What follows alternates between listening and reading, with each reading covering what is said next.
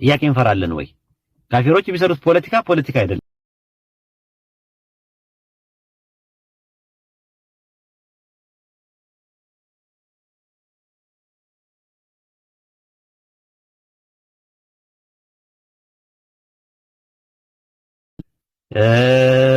ነህው አለ፣ በላጋ አለ፣ ሉጋ አለ የተለያየ ትምህርቶች አሉ። ያን ሁሉ ሰው ሊመልስ አይችልም። እኛ ካላወቀን አናቅም ነው የምንለው። እውቀቱ ከሌለ ማለት ነው። ቀደም አይታችኋል። የተዋጥ ጥያቄ ሲጠይቁ አናቅም ነው ያለው። ማናቃቸውን ነገሮች አናቅም ነው እንጂ የምንለው ጥያቄ አጠይቁ የሚል አካል የለም። ጥያቄ ለምን ጠየቃችሁ የሚል አካል ያለ አይመስለኝም እኛ ሙስሊሞች ጋር ማለት ነውና ያ ፖለቲካው ነው። ፖለቲካው ብሎ ሲያቆም ያቆማል ማለት ነው። ለፖለቲካ ግብአት አትሁኑ ሙስሊሞች። እንትን አትበሉ፣ ኮሜንትም አትስጡ። በቃ ጣጥ ማለት ቅጣት ነው ራሱ። ሰዎች የምትቀጧቸው ምንድነው? በዝምታ ነው የምትቀጧቸው። ሄዳችሁ በየካፊሮች ቤት የሆነ ነገር ሲፖስት የሆነ ነገር ሲባል ኮሜንት አትስጡ። እኔ እንደናንተ ቡን ጸጥ በቃ ኃይለኛ ቅጣት ነው። በቃ አይ ቦታም አልሰጡትም ሙስሊሞች ምናምን ብለው እንትን ይላሉ። እነሱ የሚፈልጉት እናንተ ማናደድ፣ ማብሸቅ፣ ጊዜያችሁን ባልባሌ ነገር ማባከን ነው የሚፈልጉት። ያ እንዳያው ምንድነው ማድረግ ያለባችሁ? ስነ ምግባርና ግብረ ገብ በተሞላው ጸጥ ማለት ነው። ስለዚህ ጥያቄ ያላቸው ሰዎች ወደኛ ላኳቸው። የጃቢርም አለ፣ ሐሰንም ቤት ይከፍታል፣ ሙአይመንም ትከፍታለች፣ ቤት ይከፈታል፣ ኡስታዝ ጀማልም አለ፣ ቤት ይከፈታል። ስትመጡ ሰዎች ጋብዟቸው፣ ጥያቄ ይጠይቃል።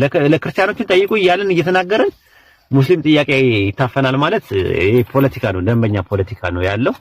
አይ ቲንክ እንግዲህ ከገባችሁ መልእክቴ ገባችሁ ነው፣ ካልገባችሁ ደግሞ ሰየው ነው። ይሄን ይመስላል። እሺ ኡስታዝ ሽኩራን። እኔ አሁን ያልኩህ ማለት አሁን እነሱ የሞቱ እንደ ኡስታዝ አሁን እንደዚህ እንደ ከተማው ክርስቲያኖች ፈጣሪ ሶስት ነው አንድ ነው። ያው እኔም ስለነበርኩበት እኔ እንደዛ ብዬ አላምንም ነበር በፊት ማለት ያው የነቢያቶች ሃይማኖት ነው ኦርቶዶክስ ምናምን ብዬ ነበር ማምነው። እስልምና በነብዩ መሐመድ የመጣ ነው ምናምን ብዬ እረዳ ስለነበረ እውነት ብዬ ማምነው ማለት ነው። እነሱም እኔ ፍቼ የማምንበትን መንገድ ነው የሚያምኑት አሁን ቤተሰቦች ማለት ነው። አያውቁም። እኔ በጥቅም ምናምን ሊንካቸው አልሞከርኩም።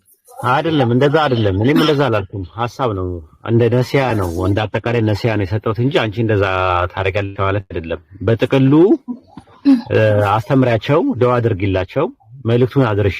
አንቺ ላይ ያለብሽ ግዴታ መልእክቱ ማድረስ ብቻ ነው። ከዛ ተጠባበቁ። እኔ ከአላህ ጋር ከሚጠባበቁት ነኝና በላቸው ነው የሚለው። ስለዚህ አሁን አንቺ ካንቺ መጠባበቅ ነው ያለብሽ። በቃ ለአላህ መስጠት ነው ያለብሽ። ፍርድ ያላህ ነው። በዚህ ሆነው ቢሞቱ ምናምን የሚለው ነገር አትጨነቂ። ከምንም በላይ ደግሞ አላህ አዋቂ ነው። አላህ ጥበበኛ ነው። ያውቃል የእነሱን ችግር ማለት ነው ምን እንደሆነ ያውቃል። እንዴት እንደሚተሳሰባቸውም ያውቃል። እሱ ፍርዱ ያለ ነው። ስለዚህ አንቺ እንደዚህ አይነት ነገር ውስጥ አትግቢ። መልእክቱን አድርሽላቸው። አህላቅና አደብ በተሞላበት የእናትና የአባት ሀቅ የሚባለው ነገር ተወጪ። እናትና አባት በስነ ምግባርና ግብረ ገብሽ በህይወትሽ ስትቀየሪ በእውቀት የጎለበት ስትመጪ እንትን እያሉ ይመጣሉ። ኢንሻአላህ እየተቀየሩ ይመጣሉ። አላህ እድሜና ጤና ይስጣቸውና ጥሩ ነገር ሂዳያ አላህ ይስጣቸው። እድሜና ጤና ሰጥቷቸው ሂዳያ ተወፍቋቸው አንቺም መተሽ እዚህ ምስክርነት መሰጭበትን እንዲህ ብያችሁ ነበረ። ከዛ በኋላ ግን ቤተሰቦቼን አላህ ሂዳያ ሰጠልኝ። እነሱም በቃ በጣም እንትን ብለው ማወቅ መመርመር እንትን ብለዋል ምናምን ደስ ብሎሽ የምትናገሪበትን ቀን አላህ ያምጣው ኢንሻአላህ። አብሽሪ። አሜን። እና ጣል አድርግልኝ። በዚሁ አጋጣሚ የሆነ የከተማ ቦታ ነበርና ሰጡኝና እዛ ላይ ቤት ሰራው። አሁን ደግሞ ክርስቲያን እዛ መውረስ አይቻልም ሐራም ነው ምናምን የሚባል ነገር ስለሰማሁ ነው። እሱን ብታጠቃልልኝ መመለስ ነው። እሱ ኡስታዙ ጋር ተይጅና ጠይቂዋለሽ። እሺ የወርስ ነገር የምናምን ነገሮች ጋር ኡስታዙ ሲከፍት ቤት ይከፍታል። ያኔ እንደዚህ አይነት ነገሮች እንትን አሉ። የወርስ ጉዳይ ምን ብለሽ ትጠይቂያለሽ ማለት ነው ኡስታዙን። እሺ አመሰግናለሁ። ባንተና በመስዬ ምክንያት ነው የሚሰለምኩት። አላህ ይጠብቃችሁ። አሜን አሜን። ኡስታዝ ሰላም አለይኩም። ወአለይኩም ሰላም ወራህመቱላሂ ወበረካቱ። እንትን በኦርቶዶክስ ትምህርት ድህረ አርያም የሚባለው ምንድነው ታውቃለህ? ምን ድህረ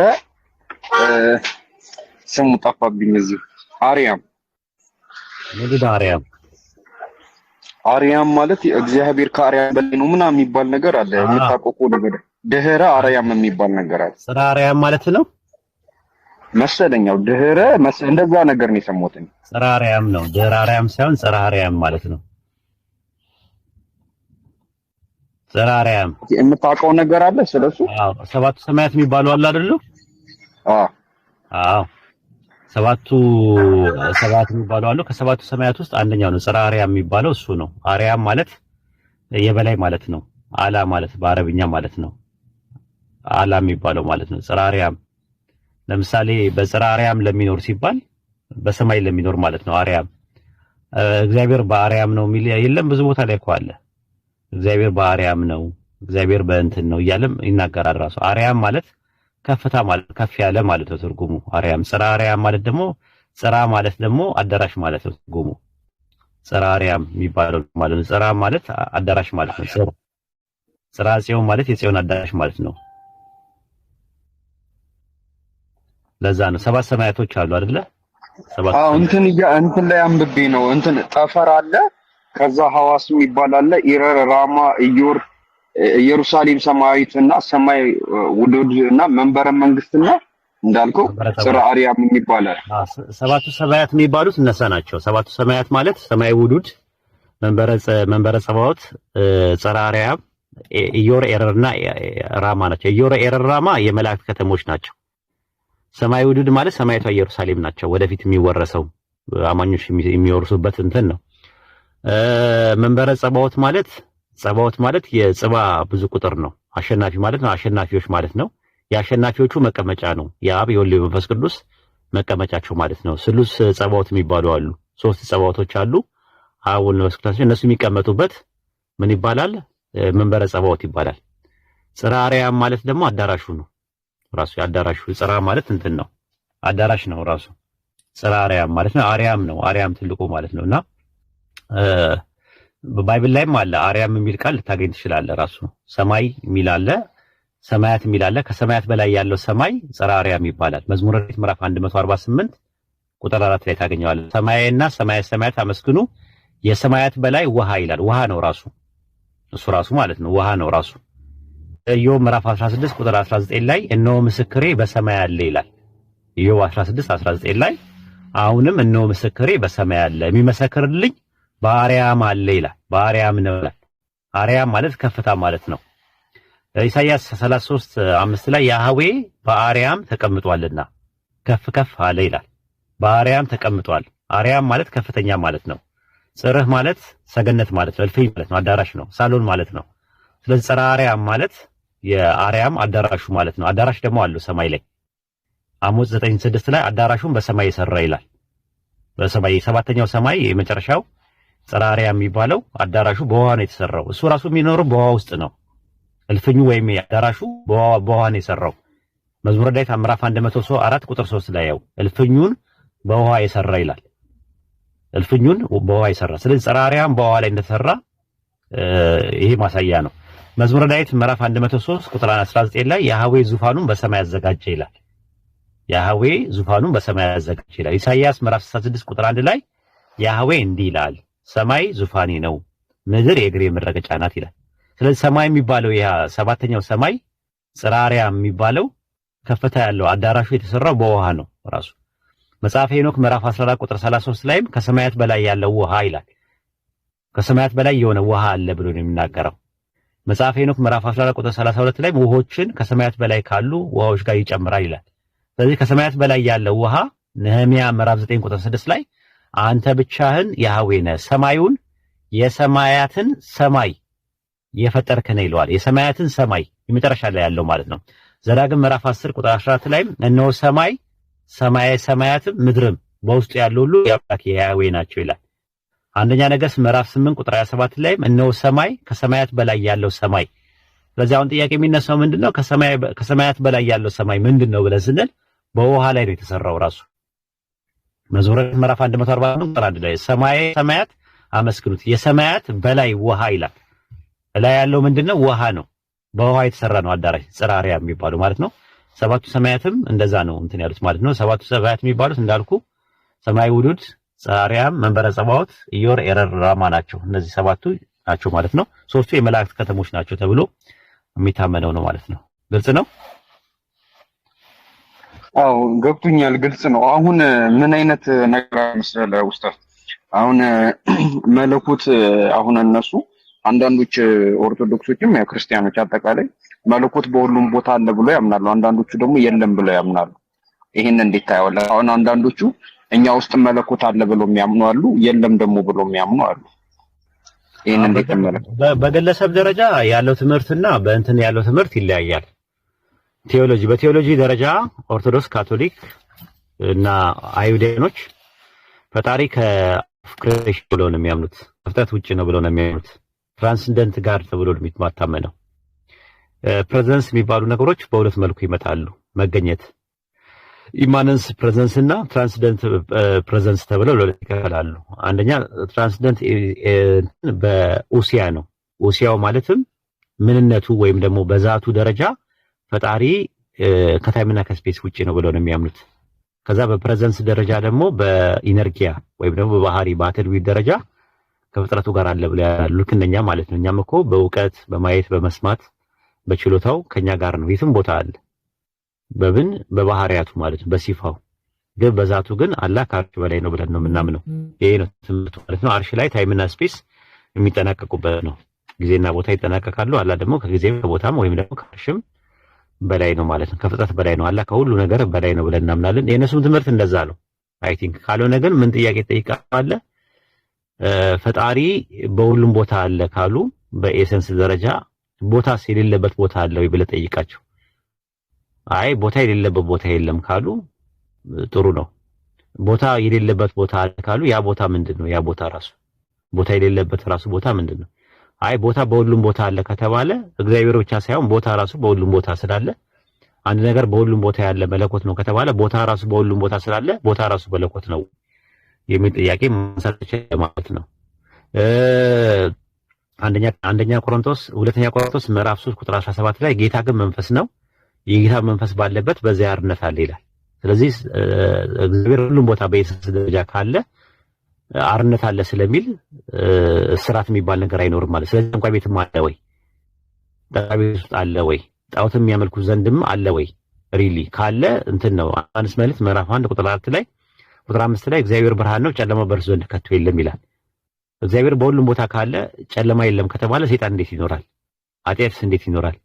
እግዚአብሔር ባለበት ነገር ሁሉ መልካም ነገር ነው ያለው። ስለዚህ ክፉ ነገር እንዴት ይኖራል? ዘንድ ምንም መጥፎ ነገር የለም ተብሏል። እግዚአብሔር ላይ ዳግም 32 ላይ በተመለከተው እንደዛ ነው የሚናገረው ማለት ነው። ጥቅሱን አንድ ጊዜ ላውጣው። በጣም የሚገርም ጥቅስ ነው። በደንብ ይዩት። እሺ ባይብል አንዴ ላውጣ። ዘዳግም 32 ላይ እንትኑ ሐሳቡ በጣም የሚገዛ ሐሳብ ነው። ዘዳግም ምዕራፍ 32 ላይ እሺ ምን ይላል? ቁጥር 4 ጀምሮ ማለት ነው። እርሱ አምላክ ነው፣ ስራውን ፍጹም ነው፣ መንገዱ ሁሉ የቀና ነው፣ የታመነ አምላክ ነው፣ ክፋት የሌለበት እርሱ እውነተኛ ቅን ነው ይላል። አያው እርሱ እውነተኛና ቅን ነው ይላል። ስለዚህ ክፋትም የለበትም ይላል። ስለዚህ ክፋት ከሌለ እሱ ካለ እሱ ባለበት ቦታ ላይ ክፋት ከሌለ ዓለም ላይ እሱ ካለ ለምን ክፋት ይኖራል የሚል ጥያቄም እንጠይቃለን ማለት ነው። አይ በኤሰንስ ደረጃ አይደለም በአትሪቢዩት ደረጃ ነው ከተባለ ይበል የሚያስብል ነው። ብራቮቹን ባዚ ተላቸዋለህ ማለት ነው። ይሄን ይመስላል። እሺ ኡስታዝ ጀዛከላህ ኸይር። አንድ በጣም የገረመኝን ነገር ልንገር። አንዱ መለኮት ውስጥ ያለ ብሎ እንትን አለ አመነ ማለት ነውና አንተ ውስጥ ያለው መለኮት መች ነው የሚመለከው? ወይ ደግሞ ሰዎች ለአንተ ጎንበስ ብሎ ሰግደውልህ አትስገዱልኝ ብትላቸው እኛ ለአንተ አይደለም አንተ ውስጥ ላለው መለኮት ነው ምን ሰግደው ቢሉ እንታቸዋለ ቢሉት እንዲሁ ሲያሯሮጠኝ ጅብ ሲመጣ ወደ ቤታችን ገባ እና ልጁም አልተመለሰም። እስኮ ይዘውት ነው መሰለኝ መንገድ ላይ ሊሰግዱ። እንደዛ የሂንዱይዝም እኮ ፋንቲዝም እኮ በዛ ነው የመጣው እኮ። ፋንቲዝም ፈጣሪ በሁሉ ነገር ውስጥ አለ፣ ስለዚህ ሁሉ ነገር ይመለካል ብለው ያሉት ከዛ በኋላ ፋንቲዝም ማለት የፋንታ ማለት በግሪክ በሁሉ ነገር ማለት ነው። በሁሉ ነገር ውስጥ አለ ካልክ ሁሉ ነገር ማምለክ ትችላለህ ራሱ። ለምን በቃ በሁሉ ነገር ስላለ። ስለዚህ ድንጋይ ያምጥቼ ሰግድለታለሁ። ምን ነው ስለ ውስጡ እግዚአብሔር አለ። ልክ አሁን ለስዕልና ለመስቀል ሲሰግዱ ለስዕሉ አይደለም የምንሰግደው ይለዋል እነሱ። ግን ለስዕሉ ነው የሚሰግደው። ለስዕሉ የማይሰግድ ነው የሚለው። ለስዕሉ የአክብሮት ስግደት እንሰግዳለን፣ የጸጋ ስግደት እንሰግዳለን። ስዕሉን ለወከለው ሐሳብ ስላሴ ከሆነ ለስላሴ ያምልኮ፣ ለማርያም ለገብርኤል ለመላእክት ከሆነ ደግሞ የጸጋ ያክብሩት እንጂ ለስዕሉ ራሱ ይሰገዳል፣ ለሐውልት ይሰገዳል። በካቶሊክም በኦርቶዶክስም አማኑኤል ቤተክርስቲያን ወይም ደግሞ ሰባተኛ ያለው አማኑኤል የሚባል ቤተክርስቲያን ቅድስት ስላሴ ካቴድራል 5 ኪሎ ያለው 4 ኪሎ 5 ኪሎ ያለው እሱም ስላሴ ውስጥ እንትን አለ። ቅድስት ማርያም ቤተክርስቲያን ስላሴ ቤተክርስቲያን ሐውልቶች አሉ። ልደታ መድኃኔዓለም ቤተክርስቲያን ራሱ ሐውልቶች አሉ። ስለዚህ ለሐውልቶች ይሰግዳሉ፣ ሰዎች ይጸልያሉ ወደ ሐውልቱ። ግን ዘሌዋውያን 26:1 ላይ ሐውልት አታቁሙ ይላል፣ እንዳዱም ይላል፣ አትስገዱ ይላል፣ ለቀረጻችሁ ድንጋይ አትስገዱ ይላል። እና እንደዚህ አይነት ነገሮች አሉ። ያው ፓንቲዝም ነው ትምህርቱ። አይ ቲንክ ክርስትና ሙሉ ለሙሉ የሚወክልን ባይሆንም አዚ ቴዎሎጂ ደረጃ ግን እኔ ማቀው ፈጣሪ እንትን ነው፣ በኤሰንስ ደረጃ አይታወቅም ወይ ኡሲያ በሚባለው አይታወቅም። ካለመታወቅም ከታይምና ከስፔስ ውጪ ነው ብለው ነው የሚያምኑት። ከፍጥረት ውጪ ነው፣ ከፍጥረቱ ጋር ግን ሪሌሽን ኢንተራክሽን አለው ብለው ነው የሚያምኑት። እንደኛ ማለት ነው። እኛም እንደዛ ነው ብለን የምናምነው። አላህ ከፍጥረቱ ውጪ ሆኖ ከፍጥረቱ ጋር ግን ኮንታክት አለው በሲፋው ማለት በባህሪያቱ፣ በእውቀቱ፣ በመስማቱ ነቢያትን እየላከ መጽሐፍትን ሪቪል እያደረገ ምዕመናንን እያስነሳ ስራውን ይሰራል። ራሱ ዓለማትን የሚያስተናብረው እሱ ነው። ዓለማትን የሚቆጣጠረው እሱ ነው።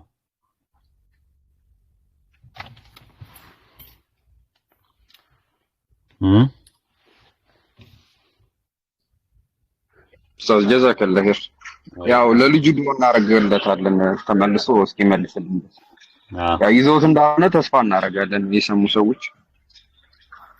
ያው እሺ ጀዛከላህ። ሐሰን አለ? አዎ ኡስታዝ አለው። ዘዳግም 32:5 እንግሊዝኛውን አንድ ያወጣልኝ። እሺ ወሬ ይሄን ነገር ተከታተሉ፣ ይጠቅማቸዋል።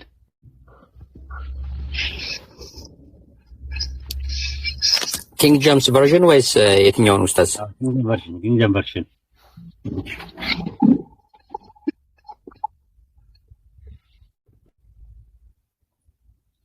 they have corrupted ይላል አይደለ? they have corrupted themselves their spot it is not the spot of his children አለ። አማርኛው ላይ ያስቀመጠው ምንድነው? እነርሱ ረከሱ ነው የሚለው። ኮራፕትድ ሆኑ ማለት ተበረዙ ይላል። እነሱ እነማን ናቸው? የሰው ልጆች በአጠቃላይ ጥንት የነበሩ ሰዎች ተበረዙ ካለ በኋላ ይቀጥልና ምን ይላል? ቁጥር 7 ላይ ነው በአማርኛው ማለት ነው። የድሮ ዘመን አስብ አለ፣ የብዙ ትውልድ ዓመታትን አስተውል፣ አባትህን ጠይቅ ያስታውቃል፣ ሽማግሌዎችን ጠይቅ ይነግረዋል። እነዛ ተበረዙ የተባሉትን ጠይቅ ይላል። እነዛ አባቶችን ጠይቅ ይላል። እነዛ የጥንት የነበሩ አባቶችን የመጀመሪያዎቹ ተበረዙ የተባሉትን ወይም ደግሞ ምንድነው ረከሱ የተባሉትን ሄድና ጠይቅ ይላል። አሁን ምንድነው ጥያቄ? ለምንድነው ፈጣሪ የተበረዙ ሰዎችን ጠይቁ የሚለው? ለክሱረት ዩኑስ ምዕራፍ 10 ቁጥር 94 ላይ ታስታውሳል? መጽሐፍን ከአንተ በፊት የሚያነቡት የተባሉ ይበን ክርስቲያኖችና አይሁዶችም ቢባሉ ምን ጠይቅ ተባለ? በቀደም ሲሞገትበት የነበረው አዎ ከፈለክ ማለት ነው በዚህ መብዛት ትችላለህ ማለት ነው። እና የኦርቶዶክስ ሙስሊም የሚባለው ልጅ ሲሞግት ሰምቼው ነው ይሄንንና አሪፍ ሙግት ናት ራሱ ማለት ነው። ሲጀመር ጀምሮም የራሱ ጠይቅ የሚለው ነገር ጠይቁ በሚል ይመጣል። ሱረቱ አንቢያ ምዕራፍ 21 ቁጥር 7 ላይ ስትመለከተው ከአንተ በፊት የላክናቸው ሰዎች እንጂ ሌላ አይደሉምና ማታውቁ ብትሆኑ የመጽሐፉ ባለቤቶችን ጠይቁ ይላል። በምን ጉዳይ ላይ ነው? ሲላኩ የነበሩት ሰዎች ናቸው። ጠይቁ የተባለውም ምንድናቸው? ወደ እነሱ ወርዶ የነበረው ምን ነበረ? መልአክ ነው ወይስ ሰው ነው በሚለው ርዕስ ነው ጠይቁ የተባለው። ጠይቁ የተባለው እንጂ ሌላ ነገር አይደለም። ራሱ ጠይቁ የተባለው ጠይቅ የሚለውም በአንድ ጉዳይ ነው። ወደ አንተ የወረደውም እንትን ምን ሲሉ የነበሩት ሲላኩ የነበሩት መልአክ ለምን አልመጣልንም የሚል ነው ያቀረቡት። መልአክ ለምንድን ነው ያልመጣልን ብለው ጥያቄ ያቀረቡ። ስለዚህ ምን አለ? እና ማታውቁ ብትሆኑ የእውቀት ባለቤቶችን ጠይማን ነው የመጽሐፉ ባለቤቶችን ጠይቁ እያለ አላህ በቁርአን ላይ የሚናገረው ማለት ነው። መልአክ ወደ እናንተ ተወርዷል የሚል ትምህርት ስላመጡ ነው እንጂ ሌላ ነገር አይደለም ማለት ነውና ሱረቱ አንቢያ ምዕራፍ 1 ቁጥር 7 ላይ 6 እና 7 ነው ይላቸው።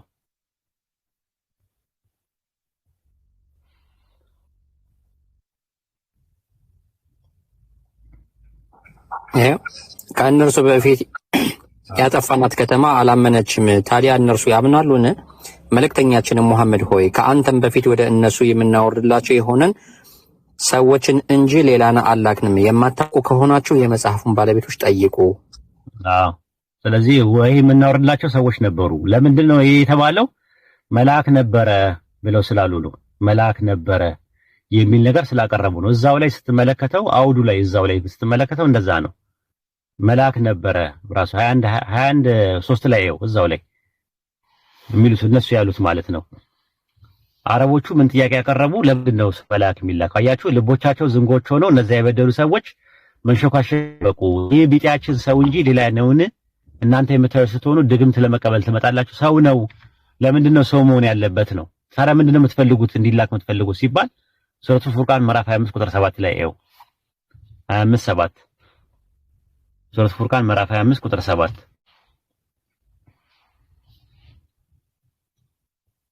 ምዕራፍ 25 ቁጥር 7 ላይ ለእነዚህ መልእክተኛ ምግብ የሚበላ በገበያዎች የሚሄዱ ሲሆን ምን አለው ከእርሱ ጋር አስጠንቃቂ ይሆን ዘንድ ወደ እርሱ መልአክ አይወርድም ኖሯልና አሉ። ስለዚህ መምጣት የፈለጉት መልአክ ለምን አይመጣልንም?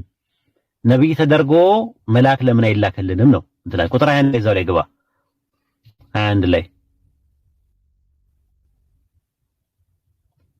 እዛ ላይ ቁጥር 21 ላይ ምን አሉ? እነዛ መገናኘታችንን የማይፈሩት በእኛ ላይ ለምን መልአክ አልወረደም ወይም ጌታችን ለምን አናይም አሉ። በነፍሶቻቸው ውስጥ በእርግጥ ኮሩ፣ ታላቅ ጽና አመጹአል። ስለዚህ መልአክ ለምን አይላክልንም ነብዩ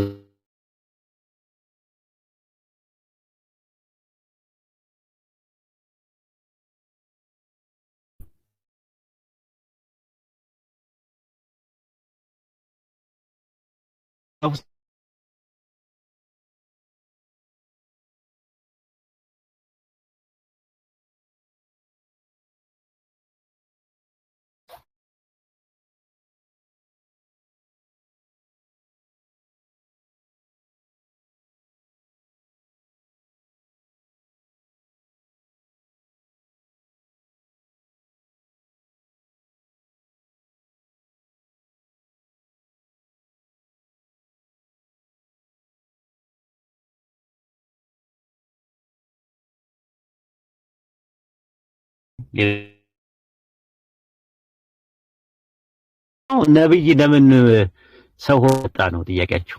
እነሱ የፈለጉት ምንድነው ብለን ስንል የመላእክ መልእክተኛ ነው የፈለጉት። የመላእክት መልእክተኛ ለምን አይመጣም የሚል አርጊውመንት አደረጉ፣ ጠየቁ። ማን ነው? ቁረይሾች ናቸው እንደዛ ያደረጉት። ከዛ አላህ ምን ብለው መለሰ? ከአንተ በፊት የላክናቸው መልእክተኞች ወህይ የምናወርድላቸው ምግብ ይበሉ የሚጠጡ የነበሩ ሰዎችም ነበሩ። የማታውቁ ከሆነ ይህን ጉዳይ የማታውቁ ከሆነ የመጽሐፉ ሰዎችን ጠይቁ በላቸዋል። ስለዚህ ጠይቅ የሚለው ጠይቁ በሚልም ይመጣል ካስፈለገ ማለት ነው። እዛ ጋር መጽሐፍን የሚያነቡት በሚለው ነገር የራሳቸውን መጽሐፍ ሊያነቡን ብለንም ተፍሲሩ ኢብኑ ከሲርን ባስቀመጠው ይመጣል። ተፍሲሩ ከቢር ላይ ደግሞ ባለው ደግሞ ከሄድክ ደግሞ ረሱል ሰለላሁ ዐለይሂ ወሰለም ጠይቁ ነው የተባሉት። ራሱ መጽሐፍን የሚያነቡ የተባሉት ደግሞ መልእክተኞቹ እንደሆኑ ሱረቱል አዕራፍ ምዕራፍ 7 ቁጥር 35 እና ሱረቱ ዙሩፍ ምዕራፍ 43 ቁጥር 45 ላይ አይተናል ማለት ነውና እንደው ይሄ ነገር ለእስላሚክ ዲያላማ ለሚባለው ወይም እስላማዊ አጣብቂ ለሚባለው ነገር እንዴት እንደማስረጃ መሆን ይችላል? ለምን ደግሞ 32:5 ላይ ምን ብለዋል? ተበርዘዋል ሰዎቹ ይላል፣ ረክሰዋል ይላል። እነዛ የረከሱትን ሰዎች ሂዱና ጠይቁ አሉ። የረከሰ ሰው እንዴት ይጠየቃል? ከተጠየቀ ንጹህ መሆን አለበት ብለው ካሉ አይሆንም ማለት ነው። የግድ ንጹህ መሆን አይጠበቅበትም ከተባለ ሂዱና ጠይቁ የተባሉ ሰዎቹ ናቸው የተባሉት። ሂዱና መጽሐፍን አንብቡ አልተባለም። ስለዚህ መጽሐፉ ላይ ሳይሆን ሰዎቹን ነው ጠይቁ። መጽሐፍን የሚያነቡት ሂዱና ጠይቁ ነው የተባለው። ወህይ የምናወርደው ለሰዎች ነበረ፣ ካንተ በፊትም የላክናቸው በዚህ መልኩ ነው ያደረግነው። ስለዚህ ሄዳችሁ ጠይቁ ከተባለ ክርስቲያንና አይሁዶችን ጠይቁ ቢባልም ችግር የለውም። ምን እንደሚጠየቀው ሰው ነው ወይስ መልአክ ነው ሲመጣ የነበረው ሲላክ የነበረው ነብይ ሆኖ ሲላክ የነበረው ነው ጥያቄው። ምንም እንትን የለውም።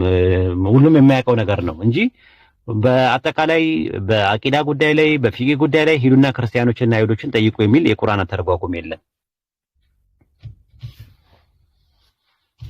ስለዚህ እዚህ ላይ ኡስታዝ ቁረይሾች ያነሱት ጥያቄ የነብዩ መሐመድ ሰለላሁ ዐለይሂ ወሰለም መልእክትንና ህግጋትን ይዘው ሰው ሆነው በመካከላቸው ያደጉ ይዘው መምጣታቸው አስገርሟቸው ወይም ላለመቀበል የሚያደርጉት አሻፈረኝነት መልአክ ለምን አልተላከልንም ብለው ሲሉ አላህ Subhanahu Wa Ta'ala ከዚህ በፊትም ልክ እንደ ነብዩ መሐመድ የሚበላ የሚጠጣ በገበያም የሚሄዱ ሰዎች እንጂ መልእክተኛና ነብያት የነበሩ መልአኮች ነብያቶች አልነበሩም እያለ እየሞገታቸው ነው።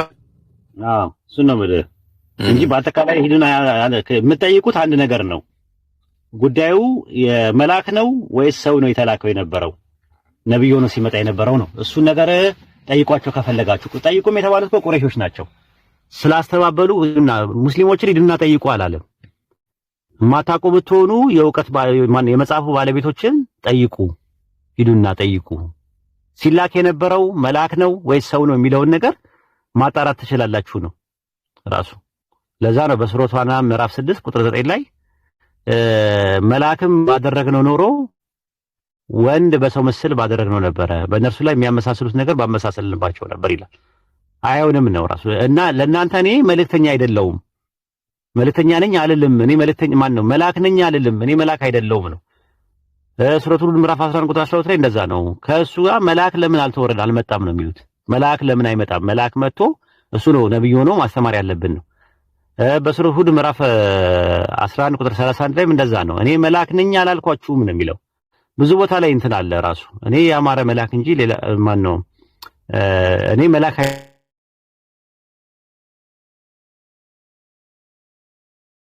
የሚለው 94 ወይ 95 አካባቢ ላይ ሱረቱ ኢስራ ምዕራፍ 17 ቁጥር 95 ላይ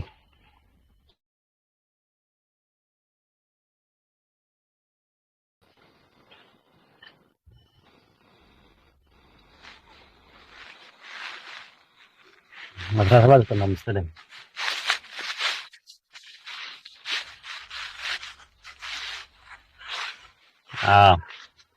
መሐመድ ወይ በምድር ላይ ረክተው የሚሄዱ መላእክትን በነበሩ ኖሮ በእነርሱ ላይ ከጎሳቸው የሆነ የመላእክት መልእክተኛ ባወረድን ነበረ በላቸው።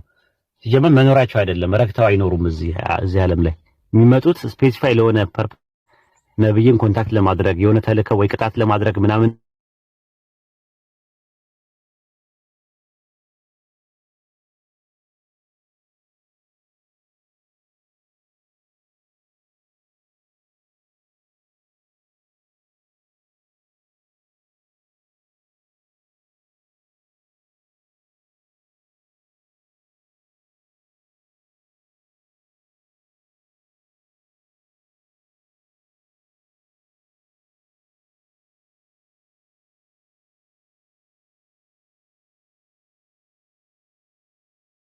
አለ ምን ትላለህ ማለት ነው ትርጉሙ ፈረስ።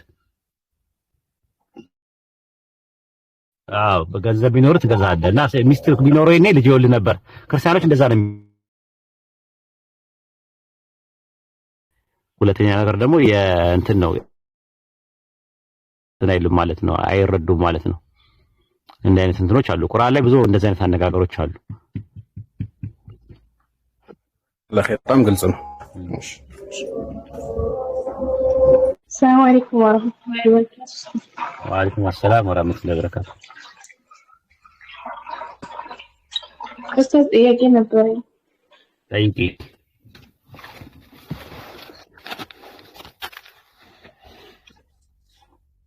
ትሰሚያለሽ?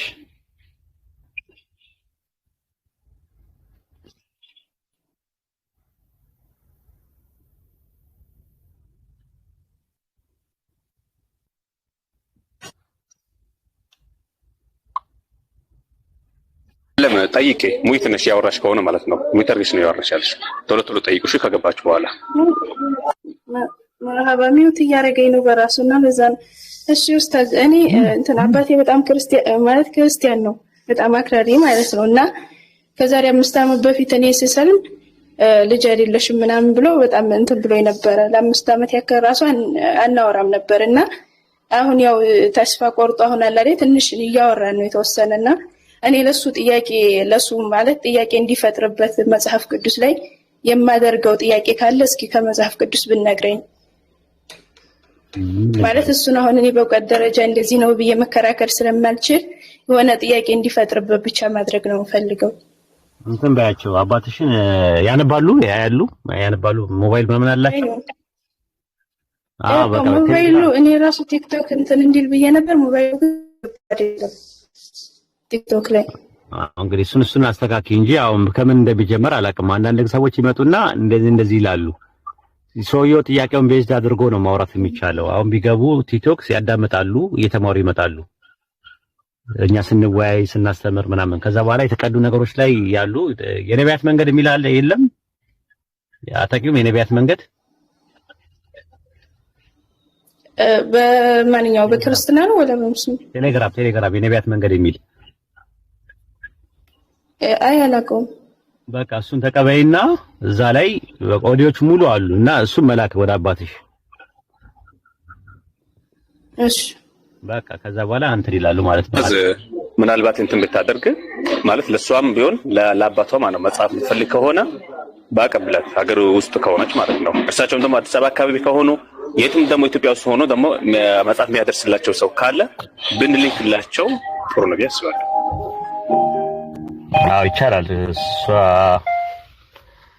እንደዛ ብታደርግ እኔ ያለው ሳውዲ ነው። እሱም ደግሞ ያለው ወደ ቆቦ ስለሆነ ያው ራቅ ይላል። ያን ያክል እንትን አይልምና እና ደግሞ የሆነ እንትን ብሎ ነበር አንቺ አሁን እንደዚህ ሙስሊም ሆነሽ ወደ እኔ ሃይማኖት ካላመጣሁሽ እኔም ስሞት የውሻ መሞት ነው መሞት ምናምን ብሎ እንደዛ ሲል ነበርና በመጽሐፍ ቅዱስ ይሄለ እንደዛ የሚል እንትን አለ። እንደዛ የሚባል ነገር የለም። ያው እሳቸው ሲያስፈራሩሽ ነው ራሱ ማለት ነው። ጃስ እያሉሽ ነው። እሺ ቴሌግራም እንትኑን የት ነው የማገኘው? እንዴት ነው የማገኘው? ያው ከስር ለጥፈውልሻል። እሺ ጀዛከላህ። ሰላም አለይኩም።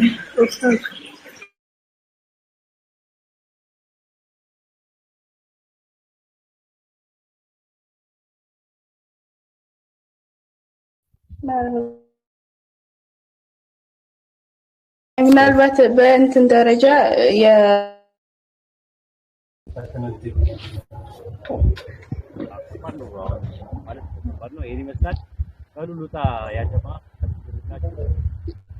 አንድ ጥያቄ ነበረኝ።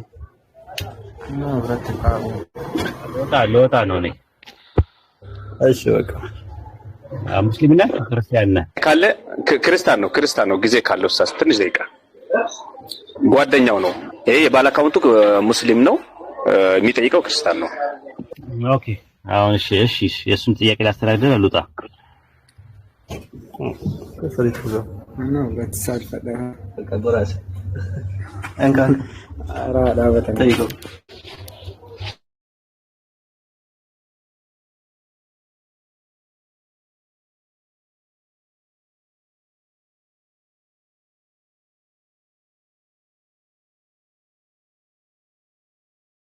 ነበር አንልም፣ ወይም ረመዳን ይጾሙ ነበር አንልም።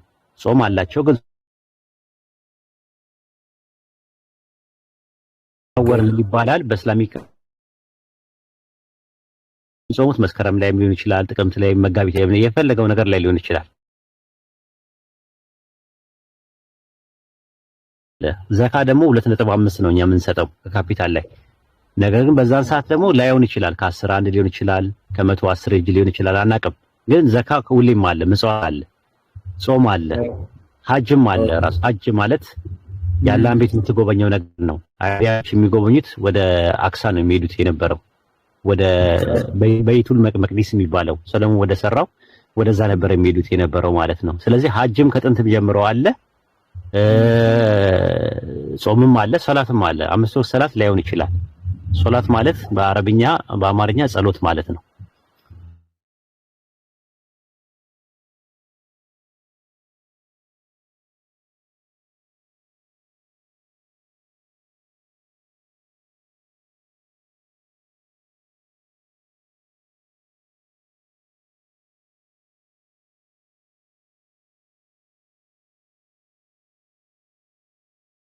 ኢንጂል ማለት ከአላህ ዘንድ ለኢሳ ኢብኑ መርየም አለይሂ ሰላም መጀመሪያ በኦሪጂናል ወረደለት ነው። ዘቡር ማለት ለዳዊት እነዛ መጽሐፍቶች በጊዜ ፕሮሰስ አድርገው አንድ የነበረው የሙሴ መጽሐፍ ነው ኦሪት ዘኍልቍና ኦሪት ዘዳግም ብለው ለኢየሱስ የተሰጠውን አንድ ወንጌል ለአራት ከፈሉት። የማቴዎስ ማርቆስ የምናምን እያሉ ከፋፈሉት ማለት ነው። መዝሙረ ዳዊት ለዳዊት የተሰጠው መዝሙር አንድ ነበር፣ ግን በራሱ ላይ የአሳፍ መዝሙር፣ የቆሬ ልጆች መዝሙር፣ የሙሴ መዝሙር እያሉ ጨማመሩበት። ስለዚህ ለዳውድ የተሰጠው አንድ እንትን ነበር ማለት ነው። በዛው ላይ ጨማመሩበታል። ስለዚህ የመጨመር የመቀነስ አደጋ ገብቶበታል ማለት ነው። አላህ መጀመሪያ የሰጠውን ልክ እኔ ከለተት አለቤ ጠረጴዛ ላይ ባስቀምጠው አንተ መተ ቡና ብትከትበት ምን ይሆናል? ማኪያቶ ነው የሚሆነው።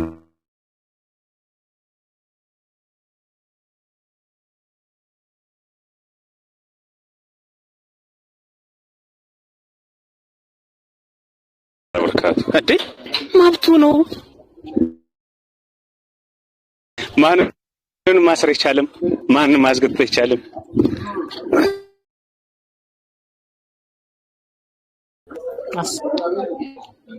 አብሽር ችግር የለም። ላላ እንዳሳብ ነው እንደቀልድ ነው። ችግር የለም። እንደዛ አትበሽ። ለሌላም ጊዜ እስኪ ታቡን 300 ሺህ እናስገባው።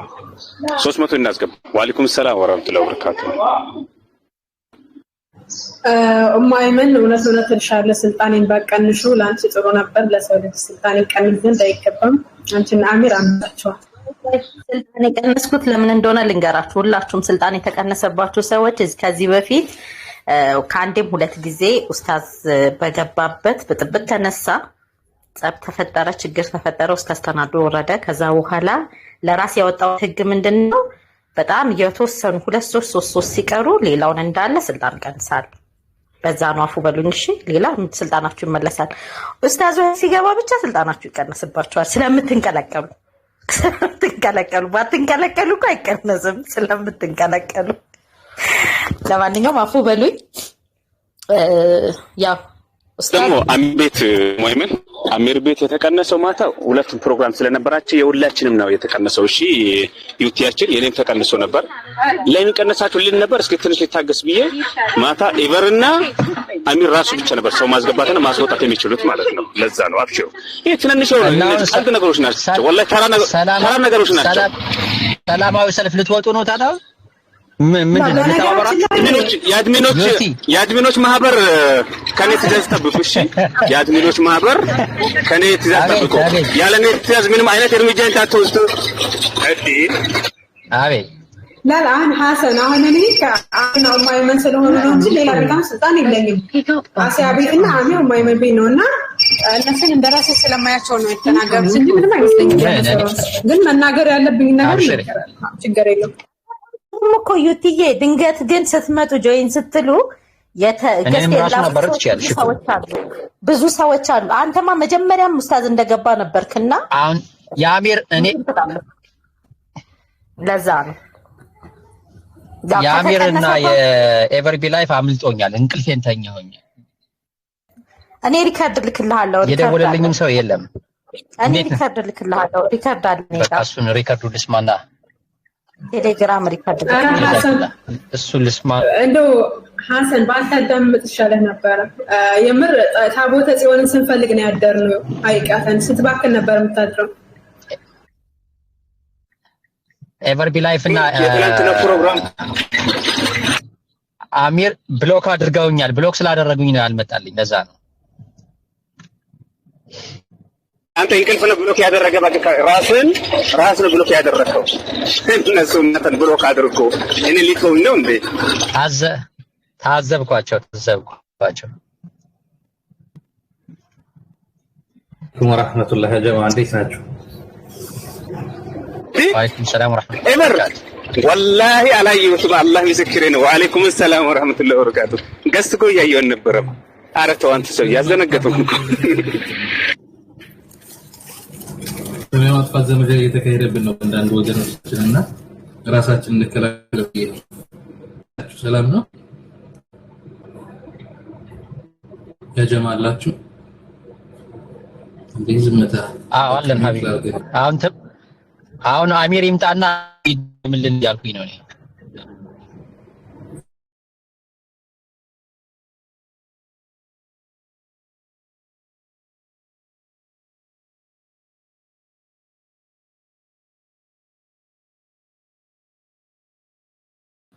በጣም እንወዳታለን እናከብራታለን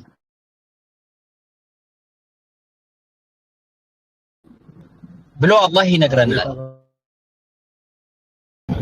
ገብቶካል? ነብዩ ኢየሱስ ብለን እናምናለን። አሁን እኛ ለምሳሌ እስልምና ብትሰልም ማለት ነው አንተ ከሰለምክ በኋላ ለምትሰራው ኃጢያት ተጠያቂ አንተ ነህ። የሚከፍልልህ የሚሞትልህ ማንም የለም። ጤነኛ አእምሮ ተሰጥቶህ አድርግና አታድርግ ተብለህ እያወቅህ የምታጠፋ ከሆነ ለዛ ነገር መገረፍ ያለበት ማን ነው? እያወቀ ለሚያጠፋ ሰው ራሱ ሰውየው ነው። ራሱ ግለሰቡ ነው መቀጣት ያለበት፣ መገረፍ ያለበት። እስር ቤት እንኳንም ይግባ እንኳን ቢባል እኔ እያወቅኩኝ ካጠፋውኝ አውቆ አጥፊ ይባላል። ገባክ? እስልምና ላይ የሚሞትልህ የለም፣ የሚከፍልልህ የለም። ራስህን ቻል ነው የምትባለው በቃ። ነገር ግን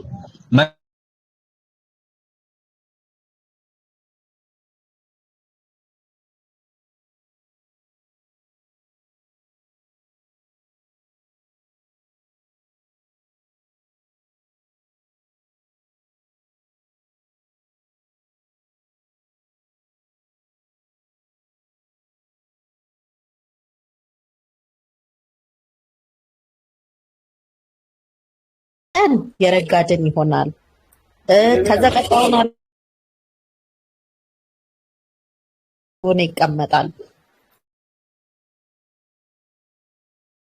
የረጋ ደም ይሆናል። ስጋ ይሄ የሚታኘክ ልፋጭ ስጋ ይሆናል አሉ። ከዛ ከልፋጭ ስጋ ከሆነ በኋላ ወደሱ መላእክት ይመጣል አሉ። መላእክት ወደሱ ይመጣና ፈየንፉኹ ፊህ ሩህ እሱ ላይ እፍ ይልበታል፣ ይነፋበታል። ምን እንዲሆን ሰው ነፍስ እንዲኖረው ሰው እንዲሆን እዛ ጋር ድረስ ሰው አይደለም። መጀመሪያ ስፐርም ነው፣ ኖርማል ስፐርም ነው። ከዛ የረጋ ደም ነው የሚሆነው። ከዛ በኋላ ደግሞ ስጋ ይሆናል። አጥንት ስጋ ምናምን የሰው ቅርጽ ይይዛል። ነገር ግን የሰው ቅርጽ ብቻ የያዘ ማለት ሰው ሆነ ማለት ስላልሆነ አላህ ወደዛ ማህፀን ወደ ሴቷ የትኛውም ሴት ልጅ ማህፀን ላይ አላህ መላእክት ይልካል።